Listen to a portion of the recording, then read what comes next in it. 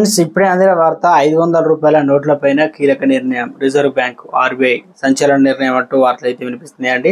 ఆ విషయాలు చెప్పడానికి వీడియో చేయడం జరుగుతుంది. వీడియోని పూర్తిగా చూడండి, కంప్లీట్ ఇన్ఫర్మేషన్ అయితే మీకు అర్థమవుతుంది. ఇంకా ఎవరైనా సరే ఛానల్ సబ్స్క్రైబ్ చేయకుండా వీడియోస్తున్నట్లయితే వీడియో కింద సబ్స్క్రైబ్ బటన్ ఉంటుంది, దానిపైన నొక్కండి. సబ్స్క్రైబ్ అవుతారు, గంట వస్తుంది, గంట పైన నొక్కి ఆల్ నోటిఫికేషన్ యాక్టివేట్ చేసుకోండి. ఇలా చేయడం వల్ల నేను చేసేటువంటి ప్రతి వీడియో అప్డేట్ మిస్ అవ్వకుండా మీ ఫోన్ నోటిఫికేషన్ రూపాయలు వస్తుంది. చాలా మంది చూస్తున్నారు, లైక్ చేయండి, దయచేసి లైక్ చేయండి. ఇన్ఫర్మేషన్ అందరూ రీచ్ చేసిన వారు అవుతాం మనం.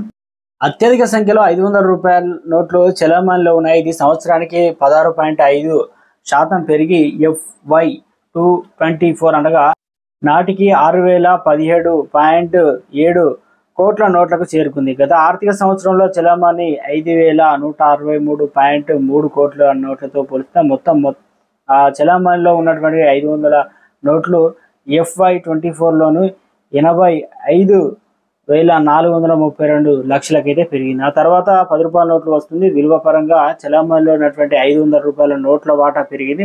మొత్తం 34.77 లక్షల కోట్లు బ్యాంక్ నోట్లు అత్యధికంగా 86.5% ఉంది. ఇక చలామణిలో ఉన్నటువంటి 2,000 రూపాయల నోట్లు అనగా సంఖ్య వేగంగా తగ్గుతుంది.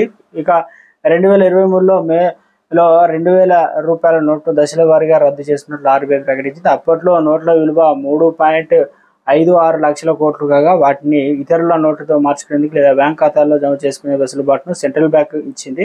మార్చి 2024 నాటికి 97.7% నోట్లు బ్యాంకింగ్ వ్యవస్థలో తిరిగి వచ్చినట్లు ఆర్బీఐ అయితే ఇక 200 రూపాయల నోట్ల సంఖ్య అయితే పెరిగిందనమాట. ఏప్రిల్ 2022 మార్చి 2024 మధ్య వివిధ డినామినేషన్ నోట్లను చాలా వరకు చలామణిలో క్షీణించాయి. అయితే 100 రూపాయలు, 200, 500 రూపాయల నోట్లపై చలామణిలో ఉన్నాయి. ఆర్బీఐ వార్షిక నివేదిక ప్రకారం 2022-23 ఆర్థిక సంవత్సరానికి 1805.84 కోట్ల రూపాయల చలామణిలో ఉన్నాయి. ఇక 100 రూపాయల నోట్ల సంఖ్య ఆర్థిక సంవత్సరాన్ని చూసుకున్నట్లయితే 2056.5 కోట్లు పెరిగి దీని వ్యతిరేకంగా 2023-22లోను సంవత్సరంలో 200 నోట్ల పరిమాణం ఏడాదికి 23.1%.